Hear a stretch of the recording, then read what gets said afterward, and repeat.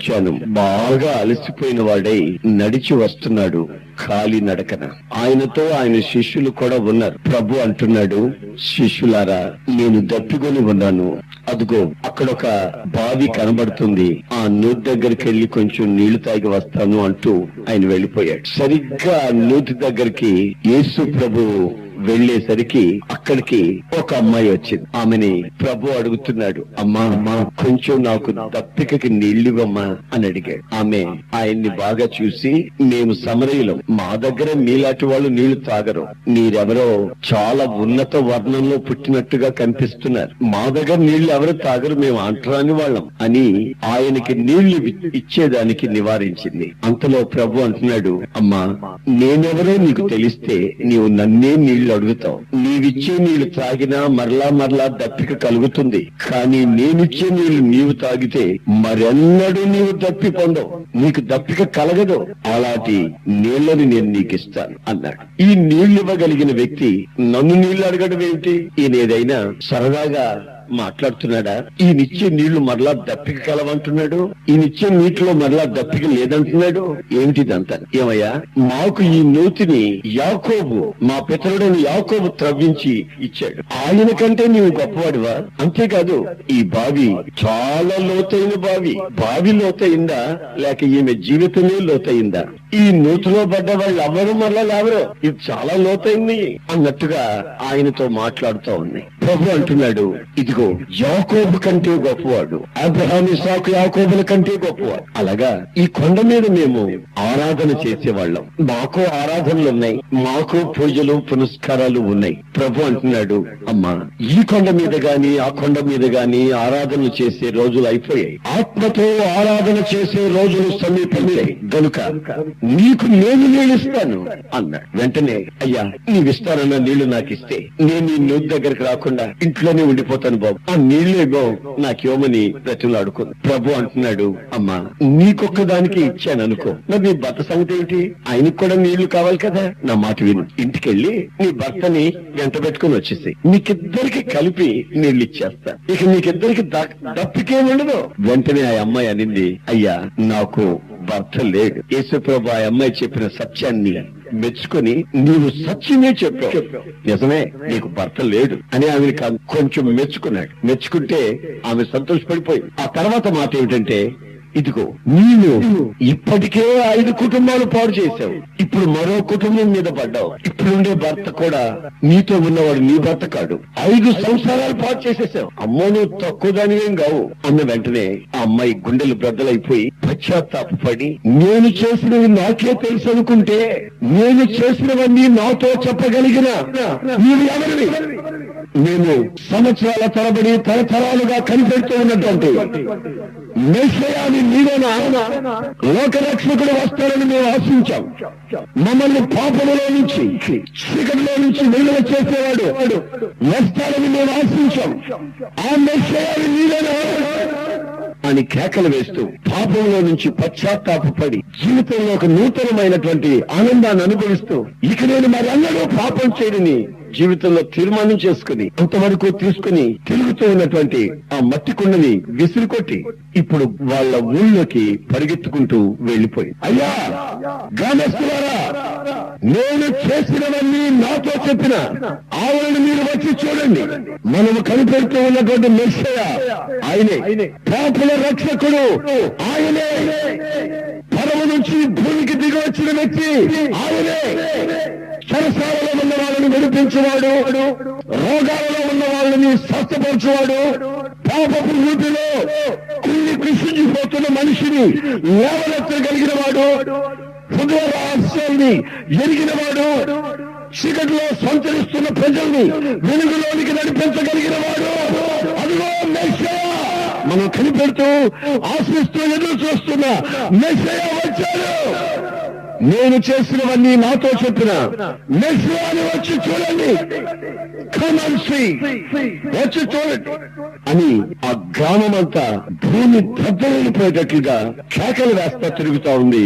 ఈ 5 సంవత్సరాలు పాడు చేసి వేరొక కుటుంబానికి చిచ్చు పెట్టిన ఈ అమ్మాయి, జీవితాన్ని బజారు పాలు చేసుకున్న ఈ వ్యక్తి, పరిహాసానికి ఆస్పదంగా మారిన ఈ మనిషి, శరీర కోరికల్లో పడి కళ్ళు ఆశించినట్లల్లా ప్రవర్తించి మనసు కోరుకున్నట్లల్లా తిరిగి విచ్చలవిడిగా ప్రవర్తించి జీవితాన్ని సర్వనాశనం చేసుకున్న ఈ మనిషి ఆ గ్రామం అంతా వెర్రి కేకలేస్తా తిరుగుతా ఉంది. అయితే జరిగింది ఏంటో తెలుసా? ప్రతి చోట ప్రజలు వీధిన ఇళ్లలో నుంచి బయటకు వచ్చి ఈ అమ్మాయి చెప్పే మాటలు చూస్తున్నారు. ఈ అమ్మాయి మనకి చెప్పడమా అంటూ బయటకు వచ్చిన వాళ్ళు ఆ అమ్మాయి చెప్తున్న మాటలు సావకాశంగా శ్రద్ధగా ఆలకిస్తూ ఆ అమ్మాయి వెంట నడుస్తున్నారు. కారణం ఏంటంటే ఈమె యేసుని చూసింది.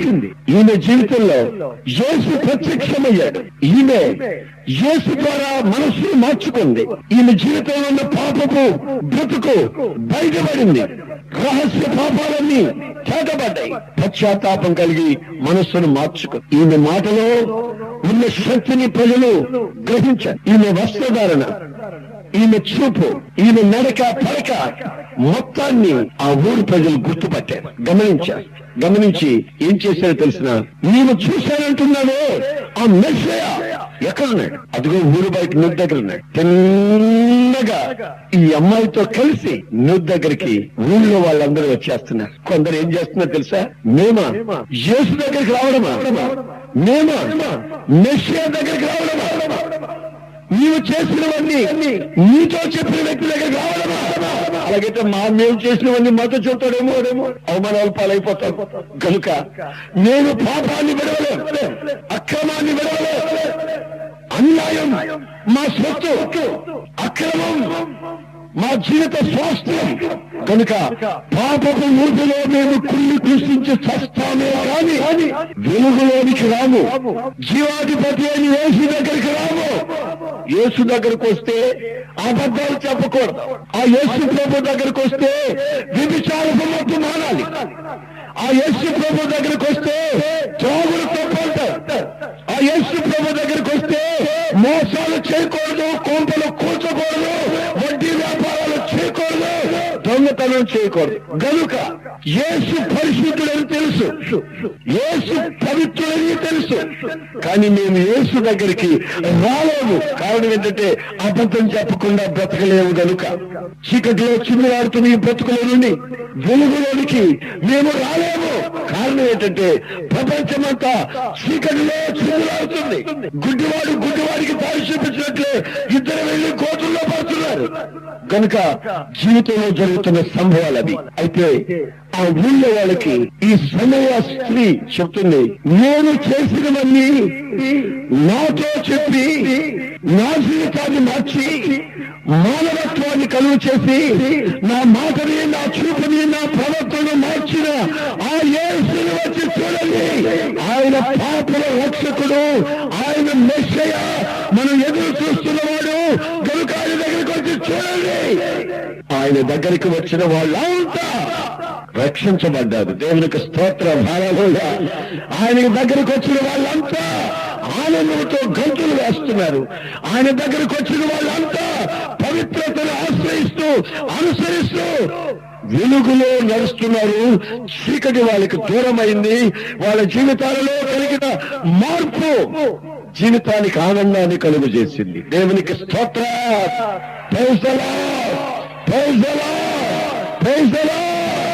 ప్రియమైన సోదరులారా, జీవితంలో మానవ విలువల్ని పూర్తిగా పోగొట్టుకుని చీచాని కుక్కలాగా అందరూ అసహించుకుంటూ ఉంటే ఆ భయంకరమైన పరిస్థితుల నుండి ఆ స్త్రీని విడిపించి ఆ స్త్రీ ద్వారా, ఆమె ద్వారా అనేకులకు వెలుగు చేసే ఆ అనుభవాన్ని ఆయన కలుగు చేశాడు. ఆయన పేరు యేసు.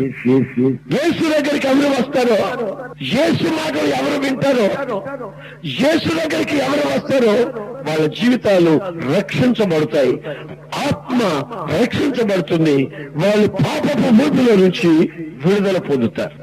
గనుకనే ఒక వేశ్యగా ఉన్న మనిషి యేసు ప్రభు దగ్గరకు వచ్చి జీవితాన్ని విప్లవాత్మకంగా మార్చుకొని బ్రతుకుబాటుని చక్కబెట్టుకుని వెలుగులో నడుస్తూ గ్రామాలకు వెళ్లి గ్రామంలో ఉన్న ప్రతి ఇంటికి వెళ్లి వచ్చి చూడండి, నేను పాపులని నాకు చెప్పినటువంటి యేసుని, నేను ఎదురు చూస్తున్న మెస్సియా, అందులో నా పాపమును నాకు చెప్పి నా జీవితాన్ని మార్చి పాపపు తాహు లేకుండా చేసి చీకటి బ్రతుకులో నుంచి వెలుగులో నడిపిస్తున్న యేసుని వచ్చి చూడండి.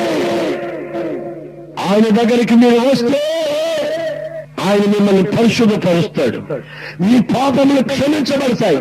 ఎంతటి ఘోర పాపినైనా క్షమించగలిగిన వాడు యేసు ప్రభు శిలువలో కార్చిన రక్తపు విలువ మనిషికి మానవ విలువ కలుగ చేస్తుందన్న సంగతి సత్యం.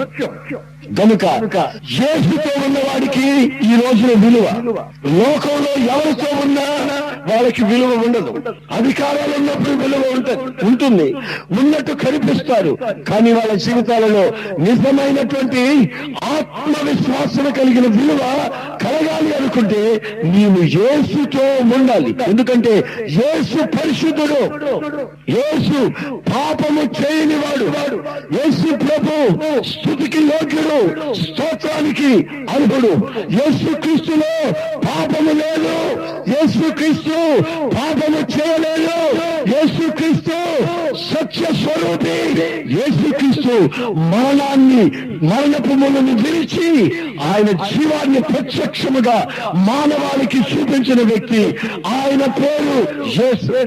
ఈ యేసు ఈ రోజున సంచరిస్తూ ఆయన మహత్తరమైన హస్తాన్ని చాపి కన్నీళ్లతో ఉన్న వాళ్ళ కన్నీళ్లు తుడిచి, రోగముతో ఉన్న వాళ్ళని ఆయన గాయాలతో బాగు చేసి, ఆత్మ వంచనతో నాశనం అవుతున్న వాళ్ళని ఆత్మకి రక్షణ ప్రసాదించి జీవితాలు సుఖమయం చేస్తూ ఆనందముగా మానవాళిని నడిపిస్తున్నటువంటి ఆ పరిశుద్ధుడు యేసుక్రీస్తు. నమ్మదగిన వాడు, వచ్చి చూడవలసిన వాడు, ఆయన మాటలు వినవలసిన వాడు, జీవితంలో మార్పు కావాలనుకున్న వాళ్ళు ఆయన దగ్గరికి తప్పనిసరిగా వచ్చి తీరుతారు. క్షేమాన్ని కోరుకునే వాళ్ళు యేసు దగ్గరికి వచ్చి తీరుతారు. కారణం ఆయన దగ్గరికి వచ్చిన వాళ్ళని ఆయన ఆత్మరక్షణ కలుగు చేసి పాపపు భూమిలో నుంచి లేవనెత్తుతాడు. ఒకసారి యేసు ప్రభు యోర్దాను నది తీరాన్ని వెళతా ఉంటే బాప్తిస్మిచ్చి యోహాను శిష్యులు ఆయనతో ఉన్నారు. అప్పుడు యేసు ప్రభుని చూసిన యోహాను అంటున్నాడు, ఇదిగో లోక పాపములు మోసుకుని పోవచ్చున్నారు దేవుని గొర్రెపిల్ల, ఆయనను వెంబడించండి అన్నాడు యోహాను. ఇద్దరు శిష్యులు యేసు ప్రభుని వెంబడిస్తా ఉన్నారు. కొంచెం దూరం వెళ్ళిన తర్వాత ప్రభు వెనక్కి తిరిగి చూసి, ఇదిగో మీరు ఎవరిని వెతుకుతున్నారు అన్నాడు వాళ్ళని. మేము ఎవరిని వెతుకుతున్నామని అడుగుతాం ఏంటి బోధకుడా? యోహాను గారు మిమ్మల్ని వెంబడించమంటే మిమ్మల్ని వెంబడించాం. సరే, నన్ను వెంబడిస్తున్నట్టు నాకు తెలుస్తుంది, కానీ మీరు ఏమో వెతుకుతున్నారు. నన్ను వెంబడిస్తూనే ఏదో వెతుకుతున్నారు. మీరు నన్ను వెంబడించట్లో ఏదైనా ప్రతిఫలం ఉందని మీరు ఏదో వెతుకుతున్నట్లు కనిపిస్తుంది నాకు. వెంటనే వాళ్ళ హృదయంలో ఉన్నది వాళ్ళకి చెప్పేసరికి ఆ ఇద్దరు శిష్యులు హఠాత్తుగా ఏమీ జవాబు చెప్పలేక, బోధకుడా మీ నివాస స్థలం ఎక్కడ అని ఆయన అడిగారు. వీళ్ళకి ప్రభు అంటున్నాడు, కమన్ సీ, వచ్చి చూడండి నాతో. నా నివాస స్థలమా మీరు అడుగుతారు? కమన్ సీ, వచ్చి చూడండి. ఆకాశ పక్షులకి గుళ్ళున్నాయి, నక్కలకి బొర్రెలున్నాయి. ఇదిగో ఈ మనుష్య కుమారుడికి తలదాచుకునేదానికి స్థలము లేదు. ఆస్తులు పాస్తులు సంపాదించుకునేవాడిని కాను, సుఖభోగాలు అనుభవించేవాడిని కాను. ఈ మనుష్య కుమారునికి తలదాచుకొని స్థలము లేదు. కమెంట్స్ వచ్చి నాతో చూడండి. ప్రభువా, మీ నివాసం అడిగితే నిన్ను వచ్చి చూడమంటున్నాం, మరి మీ నివాసం మేము తెలుసుకోవాలని ఆశిస్తున్నాం. ఓకే, వచ్చి చూడండి. యేసు వెంట వెళతా ఉంటే ఆ రోజు ఒక కొండ మీదకి వెళ్ళి ఆయన అలాగే రాతి మీద అలాగే అలసిపోయిన వాడే పడుకున్నాడు. బోధకుడా, ఇదినా మీ నివాస స్థలం? మౌనముగా ఉన్నాడు. మరోజు రాత్రి అంతా గలిలయ సముద్రంలో ఓడలో ప్రయాణమవుతూ అలా తలవాల్చాడు. బోధకుడా, ఇదినా నీ నివాస స్థలం? యేసు మౌనంగా ఉన్నాడు. ప్రియమైన సోదరులారా, ప్రతిరోజు ప్రతి క్షణం ఆత్మల దాహమై నశించిపోతున్న ప్రజల కొరకు పాపాన్ని మోసుకుని పోయే గొర్రెపిల్లల మనుషుల జీవితాలు పతనమైపోతుంటే, చిక్కు సమస్యల్లో చిక్కుబడిపోతుంటే, కుళ్ళి కృషించిపోతుంటే, దైవ స్వరూపాన్ని దేవుని పోలికని ధరించుకున్న మనిషి సాతాను కబంధ హస్తాల్లో నలిగిపోతుంటే ఆయన చూస్తూ ఊరుకోలేడు. రాత్రి అయినా పగలైనా, సమయమున్నా అసమయమైనా, ఆయన కాలినడకనైనా ప్రయాణంలోనైనా తిరిగి తిరిగి తిరిగి తిరిగి ఆత్మల్ని సంపాదించి, ఆత్మల్ని చీకటిలో నుంచి వినిపించి, ఆయన దాహాన్ని తీర్చుకుంటూ, ఆయన ఆకలిని తీర్చుకుంటూ, ఆత్మదాహంతో, ఆత్మల భారంతో, ఆడలతో ఆయన శరీరాన్ని భక్షిస్తున్న ఈ ఆత్మదాహంతో ముందుకు సాగిపోతూ వస్తున్నాయి. ఆయన అంటాడు, నా నివాస స్థలం చూడాలనుకుంటే నాతో రండి, నేను ఎక్కడి వరకు వెళ్తానో చూడండి. చివరిగా నేను శపించబడిన రాను మీద వేలాడుతూ అక్కడ తలవాల్చి ప్రాణమిస్తాను. అదిగో ఆ యొక్క దృశ్యాన్ని కూడా నాతో వచ్చిన వాళ్ళు చూస్తారు. ఆ దృశ్యాన్ని చూసిన వాళ్ళు ఆ రక్తం చేత కడగబడతారు. ఆ రక్తం చేత కడగబడిన వాళ్ళు ఆ గాయాలను చూస్తారు. ఆ గాయాలను చూసిన వాళ్ళు గాయములలో ఉన్న శాశ్వతను అనుభవిస్తారు. వచ్చి చూడండి. మీరు చూడవలసినవి చాలా ఉన్నాయి. మీ కళ్ళని సినిమాల చుట్టూ తిప్పి సినిమాలు చూస్తున్నారు. మీ కళ్ళు టీవీల ముందు కూర్చుని రాత్రి మగళ్ళు టీవీ ప్రోగ్రాంలు చూస్తున్నారు. మీ కళ్ళు పరికమాల పుస్తకాలు చదువుతూ శపించబడిపోతున్నారు. మీ కళ్ళు మోహం చేత నింపబడి, దురాశల చేత నింపబడి, అపవిత్రతకు లోనై మానవత్వాన్ని కోల్పోయి పశుప్రాయులై వరసావాయులు తప్పుతున్నారు. కనుక ప్రియమైన సహోదరులారా, ఈ సమర మొదటి రోజు ప్రభువు నిన్ను హెచ్చరిస్తున్నాడు. నీవు వచ్చి చూడవలసినవి చాలా ఉన్నాయి. ఈ ఫిలిప్ అంటాడు ఇంకో స్నేహితుడి దగ్గరికి వెళ్ళి, స్నేహితుడా నతానియేల్, ఎవరన్నా ఒక రావాలి పై, యేసు ప్రభుని నమ్ముకున్న వ్యక్తి, యేసు ప్రభుని చూసిన వ్యక్తి మారిపోయి ప్రభుతో ఉన్నాడు. ఈయన ఫ్రెండ్ ని పిలిచాడు. ఎవరు ఫ్రెండ్? రావాలి. స్నేహితుడా నతానియేల్, నేను యేసుని చూశాను, ఆయన మెస్సయ్య, ఆయన చేస్తున్న అద్భుతాలు మహత్కార్యాలు కళ్ళారా చూశాను, అనుభవించాను. గనుక నువ్వు చాలా భక్తి గలవాడి, రిలీజియస్ మనిషివి, ఎప్పుడు భక్తి మర్యాదలు నీకు ఎక్కువ. గనుక నతానియేల్, మన ఇద్దరం వెళ్ళి యేసుని చూద్దాం పదాని వీరు ఫిలిప్ నతానియేల్ ని అడిగాడు. ఈ నతానియేలు బైబిల్ చదువుతుంటాడు, ధర్మశాస్త్రం చదువుతాడు. ఈయన బాగా చదివి ఓ మాట అన్నాడు, ఫిలిప్ నీ ఒట్టు పిచ్చాడు, ఎవరే చెప్పేది నమ్మేస్తాం, అమాయకుడు, లేఖనాలు కూడా నీకు తెలియదు. ఆడెవడో నజరేతు నుంచి వచ్చాడు, దయ్యాలు వెళ్ళగొడుతున్నాడట, ఏదో మంత్రాలు తంత్రాలు చేస్తున్నాడు. మాంత్రికుడిని చూసొచ్చి నేను మెస్సియాని కనుగొన్నావని నాకు చెప్తావా? ఫిలిప్ నీ ఒట్టు దద్దమ్మ, ఫిలిప్ నీ ఒట్టు అమాయకుడు, ఇట్లాంటి పనికి మాలిన సంగతులు నాకు చెప్పొద్దన్నాడు నతానియేల్. ఫిలిప్ అంటాడు, నతానియేల్ కమ్ అండ్ సీ, వచ్చి చూడు బాబు, నేను చూశానయ్యా, నీవు కూడా వచ్చి చూడు, తర్వాత మాట్లాడు. ఇప్పుడు అనవసరంగా ఆయన ఏమనొద్దు, మాట్లాడొద్దు, వచ్చి చూడు అంటాడు ఫిలిప్. ఈయనంటాడు, ఒరే పిచ్చాడా, లేఖనాలు తెలియని వాడా, లేఖనాలు ఏమని రాసింది? నజరేతులో నుంచి ఏ మేలు రాదని, ఏ మంచి రాదని రాసిందా? చూడు బాబు, నేను చూశానయ్యా, నువ్వు కూడా వచ్చి చూడు, తర్వాత మాట్లాడు. ఇప్పుడు అనవసరంగా ఆయన ఏమనొద్దు, మాట్లాడొద్దు, వచ్చి చూడు అంటాడు ఫిలిప్. ఈయనంటాడు, ఒరే పిచ్చాడా, లేఖనాలు తెలియని వాడా, లేఖనాలు ఏమని రాసింది? నజరేతులో నుంచి ఏ మేలు రాదని, ఏ మంచి రాదని రాసిందా? చీకటి గల ఊపిలో గలయా ప్రాంతాల్లో శాపం తప్ప ఆశీర్వాదం రాదని లేఖనాల్లో ప్రవక్త రాసినారా?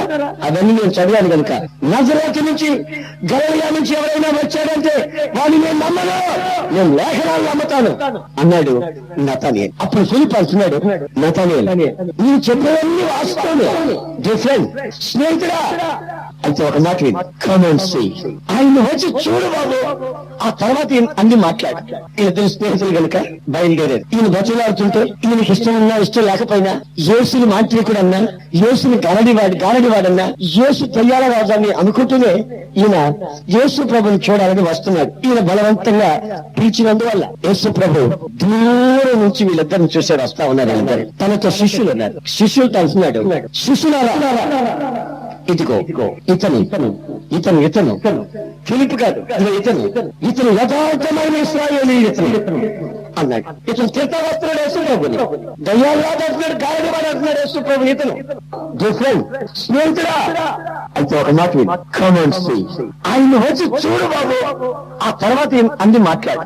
ఈయన స్నేహితులు కనుక బయలుదేరారు. ఈయన బతులాడుతుంటే ఈయనకి ఇష్టం ఉన్నా ఇష్టం లేకపోయినా, యేసుని మాంత్రికుడు అన్నా, యేసుని గారడివాడన్నా, యేసు దయ్యాల రాజాన్ని అనుకుంటూనే ఈయన యేసు ప్రభుని చూడాలని వస్తున్నాడు. ఈయన బలవంతంగా పిలిచినందువల్ల యేసు ప్రభు దూరం నుంచి వీళ్ళిద్దరిని చూశాడు. వస్తా ఉన్నారు అన్నారు. తనతో శిష్యులు ఉన్నారు. శిష్యులతో అంటున్నాడు, శిష్యులారా ఇదిగో ఇతను ఫిలిప్ కాదు, ఇతను యథార్థమైన ఇశ్రాయేలీయుడు అన్నాడు. ఇతను తిడతా వస్తున్నాడు యేసు ప్రభుని, దయ్యాలు అంటున్నాడు, గాయని వాడు అంటున్నాడు యేసు ప్రభుని. ఇతను అయితే యేసు ప్రభు అంటున్నాడు, ఇస్ ఎ ట్రూ ఇజ్రాయిల్, ఇతను నిజమైన ఇశ్రాయేలీయుడు ఇతను అన్నాడు. ఇతనికి బాధ కలిగింది. నేను ఇతను తీసుకుని వస్తే నన్ను గురించి సాక్ష్యం చెప్పకుండా ఆయన గురించి సాక్ష్యం చెప్తాడేంటి అని ఈయన అనుకుంటున్నాడు. అంతలో ఇతను అంటాడు, బోధకుడా ఏంటి నువ్వని మాట, నేను నీకు తెలియదు, నీవు నాకు తెలియదు, మరి నన్ను గురించి గొప్పగా సాక్ష్యం చెప్పేస్తున్నావు. నేను చాలా నమ్మకమైన ఇశ్రాయేలీయుడు నేను నీవంటున్నా, నేను నీకెలా తెలుసు? నేను నిన్ను ఎప్పుడు చూడలేదు. ఈ గాయడి మాటలు నాకు నా ముందు చెబుతావా? నేను గొప్ప నన్ను పొగుడతావా? నేను యథార్థవంతుడు నన్ను పొగుడతావా? నీకు తెలిసిన ఆయన అతన్ని గురించి పొగుడుకో, నన్ను గురించి పొగుడతాడు ఏంటయ్యా బోధకుడా అని ఈయనంటే, నీవు ఫలానా చెట్టు కింద ఉన్నప్పుడే నేను చూశాను. ఎప్పుడైతే ఈ మాట అన్నాడో గుండెలు బాదుకుని గడగలాడి వణికిపోతూ నిలబడిపోతున్నాయి. నీకేం జరిగింది? ఫలానా చెట్టు కింద నేను చూశాను, ఎన్నికలాగైపోయావు. బోధకుడా, నేను భక్తులని లేఖనాలు తెలుసని అందరూ అనుకుంటుంటారు. నా అంత రిలీజియస్ మ్యాన్ ఈ ఏరియాలో లేదని అందరూ అనుకుంటుంటారు. బోధకుడా, నువ్వు నా బ్రతుకుని ఈ రోజున ఒక్కసారి బయట పెట్టావు. ఫలానా చెట్టు కింద ఉన్నాను అని చెప్పావు చూడు. ఆ మాట నా గుండెలు దొరుకుపోయేటట్టు చేసి, అంటే ఆ చెట్టు కింద ఏం చేస్తున్నాడు చూసారండి? చర్చిలో ఉన్నప్పుడు నేను చూశాను అని అన్నాడా? ప్రార్థన చేస్తున్నప్పుడు నేను చూశాను, ప్రేయర్శాలలో ఉన్నప్పుడు నేను చూశాను అని అన్నాడా? ప్రసంగం చేస్తున్నప్పుడు నేను చూశాను అని అన్నాడా? ఆయన ఒక చెట్టు కింద ప్రత్యేకంగా నువ్వు కూర్చొని ఉండడం చూశాను అంతే. ఆ చెట్టు కింద అయ్యగారు ఏం చేస్తున్నాడో మనకు తెలియదు, కానీ ప్రభువుకు తెలుసు. గుండె బద్దలైపోయింది. అంటే ఆ చెట్టు కింద తాగి పడుకొని ఉన్నాడేమో, మనది ప్రార్థన చేసేటప్పుడు చూశానంటే అమ్మో నన్ను బాగానే గుర్తుపట్టాడే అనేవాడేమో. కానీ ఫలానా చెట్టు కింద నువ్వు పడి ఉండడం చూశాను, నువ్వు అక్కడ ఉన్నప్పుడు చూశాను, ఒకవేళ ప్రకాశిస్తున్నాడేమో. అప్పుడు గుండెల బద్దలైపోయాయి. నేను చేసినవన్నీ నరమాత్రమే తెలియదని నేను అనుకుంటూ ఉంటే, నా సీక్రెట్ బ్రతుకుని వ్యక్తిగతమైన చెప్పించబడిన సీక్రెట్ లైఫ్ ని నా కళ్ళ ముందు నాకు చూపించిన ఈయన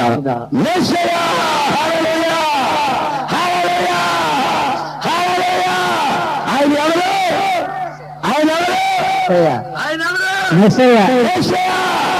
సీక్రెట్ లో ఉన్న బ్రతుకుని పబ్లిక్ లో అందరూ చూస్తూ ఉన్నప్పుడు మహాభక్తిగా కనబడుతుంటే ఆ విషయాలు ఏమీ ప్రస్తావించక ఎక్కడో రహస్యంలో ఏదో ఊపిలో పడి ఉంటే ఆ చెట్టు కింద ఆ విషయాన్ని తనకు చెప్పి తన జీవితాన్ని మార్చిన యేసు రక్షకుడు, పాపల రక్షకుడు, పాపముల నుంచి మనుషుని విడిపించేవాడు. నతనయేలు అంటున్నాడు, అయ్యా నువ్వు రక్షకుడు, అయ్యా నువ్వు గాయవాడు అనుకున్నాను, ఇప్పటి వరకు కాదు, నువ్వు రక్షకుడివి. Praise the lord, praise the Lord. పాపములో నుంచి విడిపించగలిగిన వాడు, పాపాన్ని కప్పిపెట్టేవాడు కాదు, పాపాన్ని పరిహరించగలిగిన వాడు. కారణం యేసులో పాపము లేదు కనుక పాపిని క్షమించగలడు. పాపులను క్షమించుటకు పవిత్రమైన యేసుక్రీస్తు రక్తమే తప్ప ఈ ప్రపంచంలో మరొక రక్తం లేదని సవాలు చెప్తున్నాను రాత్రి. మనిషి స్వతహాగా పాపి, పాపములో జన్మించి పాప స్వభావాలతో ఉండి పాప క్రియలు అనుభవించి పాపిగా మారుతూ ఉండగా పాపి పశ్చాత్తాపడితే పాపిని క్షమించగలిగిన వాడు పాపము చేయని యేసు మాత్రమే. యేసులో కామ క్రోధ మద మత్సర్యాలు లేవు. హల్లెలూయా. యేసు రక్తం పవిత్రమైనది. ప్రపంచాన్ని సవాలు చేసిన రక్తం. నాలో పాపముందని మీలో ఎవరైనా రుజువుపరచగలరా అని సవాలు చేసే రక్తం యేసు రక్తం. ఆ ఆ రక్తపు విలువ గత 2000 సంవత్సరాల నుండి బందిపోటు దొంగల్ని మార్చి, నరహంతకుల్ని మార్చి, వ్యభిచారుల్ని మార్చి, దొంగల్ని మార్చి, జీవితాలను ఆనందముతో సుఖమయం చేస్తున్న రక్తం యేసుక్రీస్తు ప్రశస్తమైన పవిత్ర రక్తం.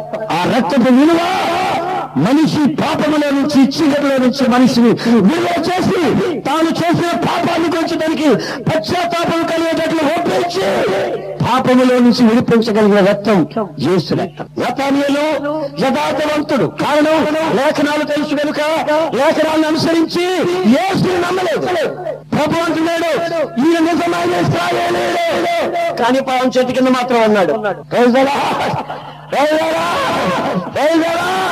ఇప్పుడు చాలా భక్తిగా ఉంటాడు, కానీ ఇప్పుడు తాగి తండ్రి కింద కాలంలో పడి ఉంటాడు. చాలా భక్తుడు, చాలా పుణ్యాత్ముడు, ఎవరొచ్చి ఏమడిగినా కాదనేవాడు కాదు, కానీ తాగి తండ్రి ఎక్కడన్నా కాలం దగ్గర పడి ఉంటాడు, రోగంలో పడి ఉంటాడు. కుక్కని ఈడ్చుకొచ్చేటికి ఈడ్చుకొని వస్తుంటారు వాళ్ళ బంధువులు ఎక్కడన్నా చూస్తే. ఇంట్లో తీసుకొచ్చి పెట్టిన గొంతు తడిసిందంటే ఆమె కనుక మళ్ళా పోయి తాగుతాడు. ఇది చాలా మంచివాడు. పండుగలు పబ్బలు చేయాలంటే ఈయన సాటి ఇంకొకరు లేరు, కానీ తాగుతాడు. కానీ ఇక్కడ కుటుంబం ఉంది, ఇంకో కుటుంబం ఉంది, చెల్లెళ్ళు పెద్దలు. ఇతను భక్తి గలవాడు, రిలీజియస్ మ్యాన్, పరోపకారి, ఎన్నో వాగ్దానాలు చేస్తాడు, కానీ పేకాడతాడు. పేకాడేవాడికి మంచి మనస్సాక్ష్యం ఉండదు, తాగుబోతుకి మంచి మనస్సాక్ష్యం ఉండదు, వ్యభిచారికి మంచి మనస్సాక్ష్యం ఉండదు, మోసాలు చేసి అబద్ధాలు చెప్పి బ్రతికే వాడికి మంచి మనస్సాక్షి ఉండదు. ఈ మనస్సాక్షి ఎప్పుడో పతనమై కుళ్ళి కృషించిపోయి ఉంటుంది. తాను ఏం చేస్తున్నది తనకు తెలియని పరిస్థితుల్లో చేసేవన్నీ మంచివే అని అనుకుంటూ చేస్తాడు. కనుక హృదయం మోసమై ఘోరమైన వ్యాధి కలిగి పాపంలో పడిపోయింది. కనుక ఈ పాపపు ఊపిలో నుంచి విడిపించగలిగిన వాడు యేసు. హల్లెలూయా. పాపాన్ని ఒప్పించగలిగిన వాడు యేసు. హల్లెలూయా. హల్లెలూయా. రోగంలో నుంచి విడిపించగలిగిన వాడు Yesu. Thank you brother. Come on sing. సమయాస్త్రి చెప్తుంది, వచ్చి చూడండి నా యేసు. యేసు ప్రభు అంటున్నాడు, శిష్యులారా నా నివాసాన్ని వచ్చి చూడండి. ఫిలిప్ అంటున్నాడు నతనయేలుతో, కమాన్ సింగ్. యేసు దగ్గరకు వచ్చిన వాళ్ళంతా మనస్సును మార్చుకున్నారు. యేసు దగ్గరకు వచ్చిన వాళ్ళంతా జీవితం మార్చబడింది. యేసు ప్రభు దగ్గరకు వచ్చిన వాళ్ళ కన్నీళ్లు తొలిగాయి. యేసు ప్రభు దగ్గరకు వచ్చిన వాళ్ళ చీకటి ఊపిలో నుంచి వెలుగై నడిచారు. యేసు దగ్గరకు వచ్చిన వాళ్ళు వెలుగై బ్రతుకుతారు, క్షేమంగా, సుఖంగా, నెమ్మదిగా ఈ ప్రపంచంలో జీవించగలరు. ఈ రోజు మీరు కన్యలతో ఉన్నారంటే, రోగాలమై ఉన్నారంటే, మోసాలు చేస్తూ బతుకుతున్నారంటే, ఇక వేరే గత్యంతం లేని పరిస్థితుల ప్రభావాన్ని బట్టి పాపపు ఊపిలో మునిగి అంత అన్నం తిని అంత బట్ట కట్టుకొని తిరుగుతున్నారంటే దీనికి కారణం ఏంటో తెలిసిన, నీవు యేసుని ఎరగలేదు, యేసుని ఎరిగినా యేసుని చూడలేదు. యేసు ద్వారా కలిగే ఆధ్యాత్మికమైనటువంటి శారీరకమైన స్వస్థతని నీవు అనుభవించక ఇంకా సాతాను కబంధ హస్తాలలోని నలిగిపోతున్నావన్న సంగతి ఈ రోజు నీవు గుర్తించాలి. చర్చికి వెళ్ళొచ్చు, చందాలు ఇవ్వచ్చు, కానీ సాతాను కబంధ హస్తాలలో నీవు నలిగి ఉన్నావు. యేసుతోనే నడుస్తున్నారు ఇద్దరు శిష్యులు. ప్రభు తిరిగి చూసి, మీరు దేనిని వెతుకుతున్నారు అని అడిగాడు. అంటే వాళ్ళు దేనిలో వెతుకుతున్నారు? పదవిలో వెతుకుతున్నారో, ఆస్తులో వెతుకుతున్నారో, అంతస్తులో వెతుకుతున్నారో, దేని వెతుకుతున్నారో మనకు అర్థం కాదు. ప్రభువుని తెలుసు కనుక మీరు నన్ను వెంబడిస్తున్నారు, మీరు దేన్ని వెతుకుతున్నారు అని వాళ్ళని అడిగారు. వాళ్ళు కంగారైపోయి, ప్రభా ఈ నివాసాలు ఎక్కడ?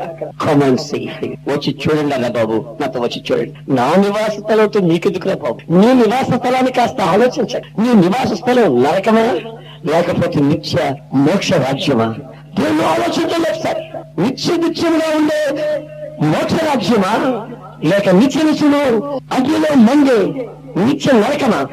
ఎప్పుడో నరకంలో ఉంటారట అంటే అది పెద్ద కంగారం లేదు, ఇప్పుడు సుఖమాన్ని పిలిస్తే పర్లేదు. కానీ ఆ రోజు నరకం. కానీ ఈ రోజులు కూడా నిత్యము నీ కుటుంబము, నీ వ్యక్తిగత జీవితం మినీ హెల్. చీకటిలో పాపములో పోరాడుతున్న మనిషిని, అక్రమంలో ఉన్న మనిషిని చూడగలిగిన వాడు యేసు. మన జీవితానికి పశ్చాత్తాపం కలిగి చేసి పవిత్రపరచగలిగిన వాడు యేసు. కనుక ఆయన నా జీవితాన్ని నాకు పైకి చూపెట్టాడు కనుక నా జీవితం మారింది. మీరు దయచేసి వచ్చి చూడండి. Praise the lord, praise the lord. గ్రామాన్ని మార్చగలిగిన శక్తి, దేశాన్ని మార్చగలిగిన శక్తి మనసును మార్చుకునే వ్యక్తిలో ఉందన్న సంగతి వాస్తవం. ఆమేన్. హల్లెలూయా. గ్రామాన్ని మార్చగలిగిన శక్తి, మూఢనమ్మకాలను మార్చగలిగిన శక్తి, దేశాన్ని మార్చగలిగిన శక్తి, ఆచార ముసుగులో నలిగిపోయే ప్రజలకి వెలుగుని ప్రసాదించగలిగిన శక్తి జీవితంలో మనసును మార్చుకున్న క్రైస్తవునికి ముందు అనే సంగతి గుర్తించండి. ఆ మధ్య క్రైస్తవులకి ఏదో గొడవ వచ్చిందని, క్రైస్తవుల మీద పగ సాధించాలని ఏదో ఆంతరంగిక మీటింగ్ పెట్టుకున్నారు. ఎవరో క్రైస్తవులను కొంచెం అదుపులో పెట్టాలి, ఆయన దొక్కాలి, అది ఇదేనా అనుకున్నారట. దాంట్లో ఒక గొప్ప మేధావి, పెద్ద రీసెర్చ్ స్కాలర్ పైకి లేచి అన్నాడట ఒకటే మాట, ఇదిగో క్రైస్తవులు అంటే ఎవరనుకున్నావు? నిద్రించే సింహాలు. దేవునికి స్తోత్రాలు. హల్లెలూయా. సింహాన్ని కదిలించారు, సింహాన్ని కదిలించారు. ఆ తర్వాత పర్యవసానం అనుభవిస్తాయి. సింహం అని నిద్రించే సింహం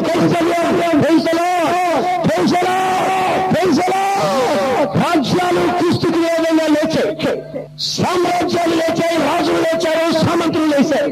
కానీ ప్రపంచంలో ఈ రోజున జరిగిన చరిత్ర చెప్తున్న సత్యం ఏంటంటే రాజ్యాలు పతనమైనాయి, సింహాసనాలు తలకిందులయ్యాయి, ప్రభుత్వాలు బదులైపోయాయి, దేశాలు పతనమయ్యాయి. నా ప్రభువైన యేసుక్రీస్తు సింహాసనం నిత్య సింహాసనమై 2000 సంవత్సరాల నుండి మనుషుల గుండెల్లో స్థాపించబడింది. అది క్రీస్తు సింహాసనం. Praise the lord, praise the lord, praise the lord. ప్రపంచంలో పవిత్రమైన సింహాసనం, పవిత్రమైన సింహాసనం, ప్రపంచాన్ని తలకిందు చేసే సింహాసనం యేసు సింహాసనం. ఆయనకు విరోధంగా లేచిన సింహాలు తలకిందులయ్యాయి, సింహాసనాలు తలకిందులయ్యాయి, రాజ్యాలు పాడుపడయ్యాయి, చట్టాలు ముక్కచెక్కలయ్యాయి, రాజులు పతనమయ్యి కృషించిపోయారు. కానీ నా యేసు సజీవుడు, ఆయన సజీవుడై తన ప్రజల ఎడల శక్తిని ప్రసాదిస్తూ ఈ రోజు వరకు సజీవుడై నిలిచి ఉన్నవాడు ఆయన అంతర్యామి, ఆయన సజీవుడు. దేవుడందుకు యోగ్యుడు, అర్హుడు. ఆయన నామమే తప్ప ఈ ప్రపంచంలో మనిషి పాపంలో నుంచి విడిపించడానికి వేరొక నామం ఇవ్వలేదు. మరోసారి సవాల్ చేసి చెప్తున్నాను మాకు. దేవునికి స్తోత్రం. హల్లెలూయా, హల్లెలూయా. కారణం ఏమిటి? ఆయన మౌనములో నుంచి లేచాడు. ఎవరు చెప్పారు మీకు? ఎవరో చెప్పనక్కర్లేదు. సూర్యుడు అస్తమించిన రోమా సామ్రాజ్యంలో ఆయన రోమా ప్రభువును చంపి, శిలువ వేసి చంపి, సమాధి చేసి, ఆ సమాధి చేసిన సమాధిని సీలు వేసి వాళ్ళు రాను వారు కాపలా కాస్తూ ఉండగా 3వ రోజు సమాధిలో నుంచి యేసు మానవులను విడిచి పునరుత్థానుడై లేచాడు. ఆ లేచిన సంగతి సూర్యుడు అస్తమించని రోమా సామ్రాజ్యపు దినచర్య గ్రంథాలలో రాయబడిన నగ్న సత్యం. దేవునికి స్తోత్రం. హల్లెలూయా, హల్లెలూయా, హల్లెలూయా, హల్లెలూయా. నేను రోమా పట్టణానికి వెళ్ళిన ప్రజలు వెళ్ళినప్పుడు ఆ రోమా పట్టణంలో ఉన్నటువంటి ఆ పురాతన గ్రంథాలలో, ఆ దినచర్య గ్రంథాలలో రాజుల దైవంలో రాయబడిన సత్యాలు. అంతేకాదు, యెరూషలేము వెళ్ళినప్పుడు యెరూషలేములో యేసు ప్రభుని చంపి పాతి పెట్టినటువంటి ఆ సమాధిని కళ్ళారా చూడగా ఆ సమాధి నుంచి బాగా పక్కకి తొలగించబడిందిగా ఆ సమాధి ఖాళీగా ఉంది. ఈ రోజున ప్రపంచ ప్రఖ్యాతిగాంచినటువంటి శాస్త్రజ్ఞులంతా, ఆర్కియాలజికల్ శాస్త్రజ్ఞులంతా, పురాశస్త్ర శాస్త్రజ్ఞులంతా వేళ పరిశోధించి పరీక్షించి ఇది యేసు సమాధి, దీనిలో మరణం ఉన్నది, మరణమును విడిచి పునరుద్ధరణై సజీవుడై లేచాడు. ఆయన పేరు నజరేయుడైన యేసు. హల్లెలూయా, హల్లెలూయా, హల్లెలూయా. ఆయన పేరు యేసు. హల్లెలూయా, హల్లెలూయా. ప్రపంచం ఏకగ్రీవంగా ఒప్పుకుంటున్నటువంటి సత్యం 2000 వరకు ప్రజలు ఈ రోజున ప్రతిరోజు ఆ సమాధిని చూసి ధరించి వస్తున్నటువంటి సత్యం. అకాల మంది పుట్టిన నన్ను కూడా అక్కడ ప్రభు తీసుకెళ్లి ఆ యేసు సమాధి తెరవని సమాధిని చూపించి తీసుకుని వచ్చారు కనుక సవాలు చెప్తున్నాను. నా యేసు సమాధి తెరవబడి ఉంది కనుక ఆయన సజీవుడు. మీరు ఆయన దగ్గరకు వచ్చినట్లయితే, మీరు ఆయన దగ్గరికి వచ్చినట్లయితే రక్షణ అనుభవిస్తారు. అన్నారు మీరు ఆయన దగ్గరికి వచ్చినట్లయితే రక్షణ అనుభవిస్తారు. రక్షణ అనుభవం ఇంతవరకు మీకు లేకపోతే, ఆత్మ రక్షణ పొందక ఇంకా పాప మార్గంలో ఉంటే మీరు ఇంకా యేసు దగ్గరికి రాలేదనే సత్యం వాస్తవం కనుక ఈ రోజున పశ్చాత్తాపంతో మీ పాపముల గురించి, అక్రమాల గురించి, మీ జీవితాన్ని వేధిస్తున్న కన్నీళ్ల గురించి, రాగాల గురించి ప్రార్థన చేసి మీరు పొందవలసిన అవసరం మీకు వచ్చిందన్న సంగతి ఈ రోజున గుర్తించాలి. ఇంకో సంగతి కూడా మీకు చెప్పబోతున్నాను ఈ రోజు. అదేంటంటే చదవండి యోహాను సువార్త 3వ అధ్యాయం 14వ వాక్యం. యోహాను సువార్త 3:14.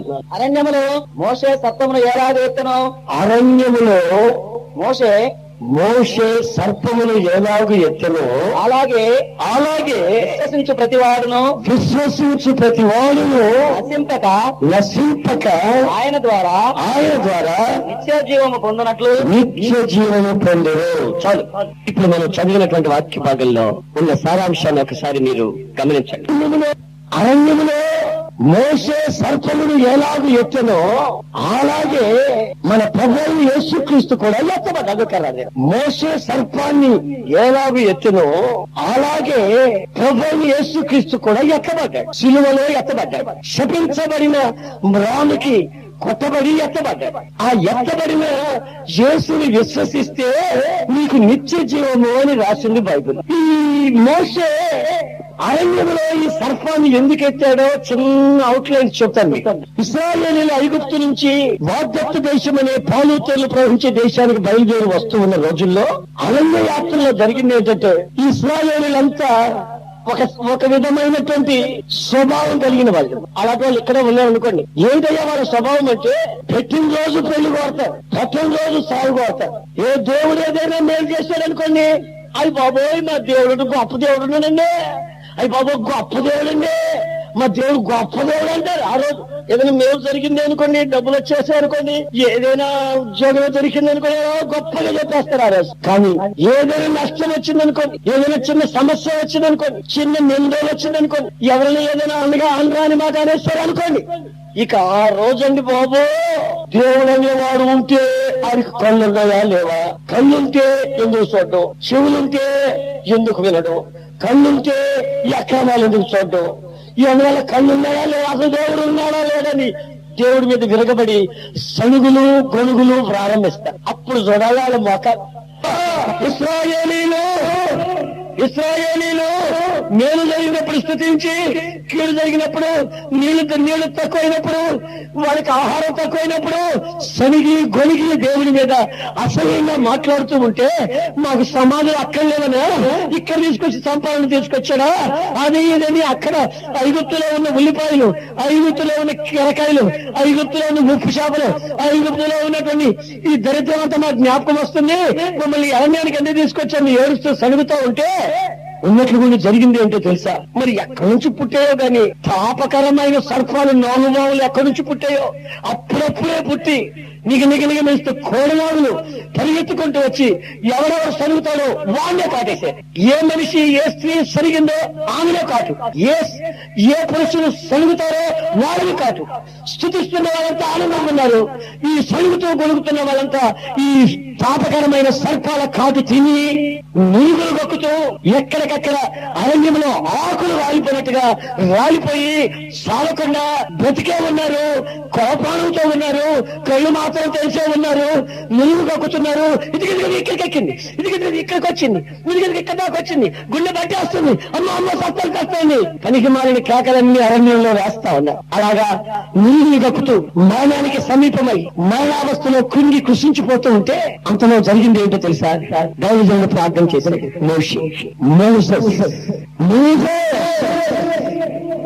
నీవు ఇంతటి సర్పాన్ని ఒకదాన్ని చేయించి త్రవ్వు మీద ఎత్తిపట్టు, దానిని ఎవరిని నిదానించి చూస్తాడో వాడు బ్రతుకుతాడు. చెప్పలేదు గట్టిగా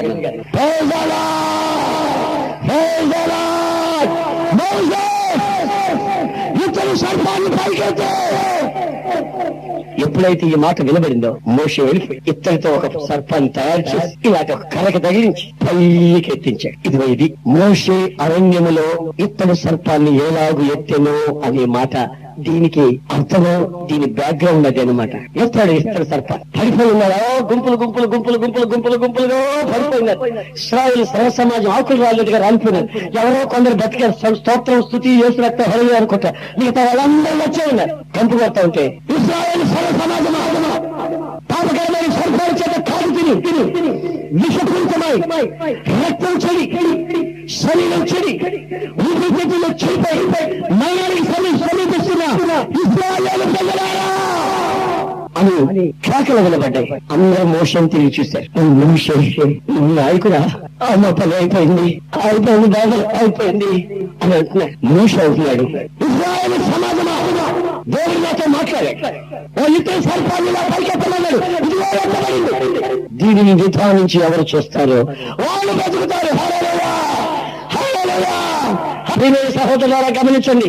సర్పపు కాటు తిని విషాన్ని కక్కుతూ శరీరంలో ఈ రక్తం పాడై అంతరేంద్రియాలు పాడై కడుపులో గర్భాశయాలు పాడై గుండె పాడై రక్తనాళాలు కుళ్ళి కొవ్వెక్కి పరిస్థితులు తారుమారై గుండె రక్తాన్ని పంప్ చేయలేని పరిస్థితుల్లో శరీరంలో ఉన్న రక్తనాళాలన్నీ పాడైపోయి బ్లాక్ అయిపోయి పరిస్థితులు తారుమారయ్యి మరణానికి దగ్గరగా ఉన్న పరిస్థితులు డాక్టర్లు ఒకవేళ మీకు చెప్పి ఉంటే సవాలు చేస్తున్నాను నేను.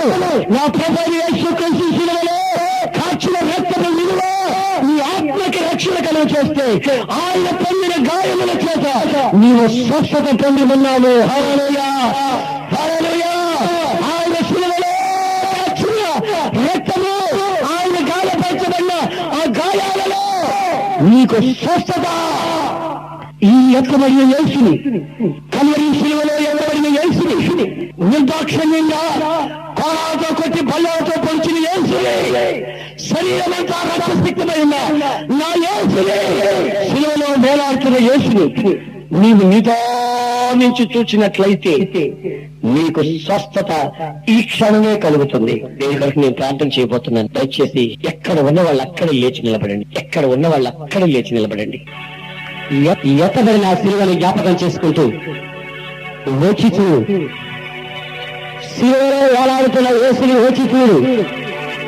చెప్పకనే చెబుతున్న సత్యం. నీ చరిత్రకు విలువైన చరిత్ర ఈ రాత్రి ఇదిలో దేవుడి వాక్యం వెలుగులో నీ జీవితానికి దర్పణం పట్టింది. సమరయ స్త్రీతో సంభాషించిన దేవుడు చేసిన కార్యాన్ని గుర్తెరిగి కొండను విడిచి వచ్చి చూడు అని కేకవేస్తే గ్రామస్తులంతా కవులు రావడం ప్రారంభమైంది. ఈ రాత్రి పునరుద్ధారుడైన యేసుని నీవు వచ్చి చూడవలసిన గడియ, మరణ పునరులు విరిచిన యేసుని వచ్చి చూడవలసిన గడియ, నీ కోసం గొల్లతా కొండ పైన రక్తం మరుగులో వేలాడుతూ ఉన్న యేసుని వచ్చి చూడవలసిన గడియ. ఆయన జీవితాలను మార్చగలిగినవాడు, పాపాలను రక్షించగలిగినవాడు, పాడి మీద వారికి ప్రాణం ఇవ్వగలిగినవాడు, చెదరే బ్రతుకులతో కృంగి కృషించి నిరాశపడిన జీవితానికి ఆశలు కలిగించగలిగిన వాడు నజరేయుడైన యేసు. వచ్చి చూడు. ఆయన నీ పాపాన్ని దర్పణం పట్టగలిగినవాడు. నువ్వు ఎంత పాపివైనా ఎంత భయంకరమైన అక్రమాలతో జీవిస్తూ జీవితాన్ని చెరుపుకుని జీవితాన్ని బగారు పాలు చేసుకుని వ్యసనాల మధ్య చిక్కుబడి జీవితంలో పాపాన్ని మూటగట్టుకుని ఆరని అగ్ని కోసం నీ జీవితాన్ని పయనింప చేస్తూ ఉన్నావు. ఆ ఆరోగ్యంలో నుండి నీతో పాపంలో నుండి భయంకర పాపంలో నుండి ఇదిగో నజరేయుడైన యేసు ఈ రాత్రి నీ కోసం చేతులు చాపుతూ ఉండగా సమర యేసు హత్య చేస్తుంది. వచ్చి చూడు. ప్రేమగల తండ్రి, నీ సన్నిధిలో కూడి వచ్చిన ఈ ప్రజలను నీ చేతుల్లో సమర్పిస్తున్నాను. నిన్ను చూసిన వాళ్ళకి రక్షణ ప్రసాదించి, నీ శిలువను నిదానించి చూసిన వాళ్ళకి స్వస్థతను ప్రసాదించి, జీవితంలో నీ కృపా బాహుళ్యాన్ని కుమ్మరించి పవిత్రత అనుగ్రహించి ఈ కుటుంబాన్ని దీవించి ఆశీర్వదించమని యేసు నామములో అడుగుచున్నాను తండ్రి. ఆమేన్.